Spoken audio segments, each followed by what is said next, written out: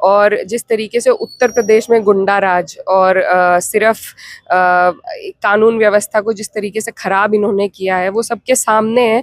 और ये सभी को सोचने की ज़रूरत है कि आज किसी के साथ है, कल को अगर हम में से कोई जेल में जाता है उनके साथ यही हादसा हो सकता है।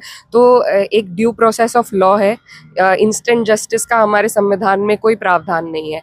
एक ड्यू प्रोसेस है, उसे फॉलो करके जिसको जो सज़ा मिलनी चाहिए, जो जिस सज़ा का पात्र है वो उन्हें मिलेगी। लेकिन सभी को अधिकार है, हमारे 3 कोर्ट इसीलिए बनाए गए हैं कि राइट टू अपील भी नागरिकों को है।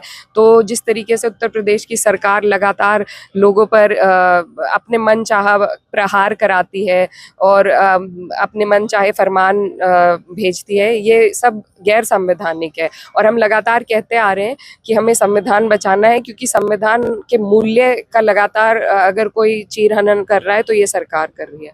एक अंतिम सवाल है, इलाहाबाद हाई कोर्ट का एक आदेश आया है कि वाहनों से जाति सूचक जो शब्द है, इस तरह के स्टिकर उनको हटा जाए, यूपी पुलिस पालन करे। जी देखिए, माननीय उच्च न्यायालय का आदेश है तो उसके विषय में तो हम कुछ नहीं कह सकते।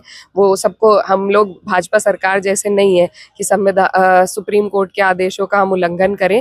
लेकिन साथ ही में इस तरीके की अगर कोई चीज़ मैं अपने कल्चर को अगर प्रमोट कर रही हूँ और उससे किसी को कोई ठेस नहीं पहुँच रहा, तो ये मेरा पर्सनल ओपिनियन है कि मुझे नहीं लगता उसमें कोई ऐसी दिक्कत होनी चाहिए। लेकिन क्योंकि उच्च न्यायालय का आदेश है तो सभी लोग उसका पालन करेंगे। बहुत बहुत शुक्रिया। भारत समाचार से बातचीत की इकरा हसन, इनका कहना है कि जो न्यायालय का आदेश है उसका पालन किया जाएगा। शामली से सहयोगी रोहित के साथ में रवि सुलानिया, भारत समाचार।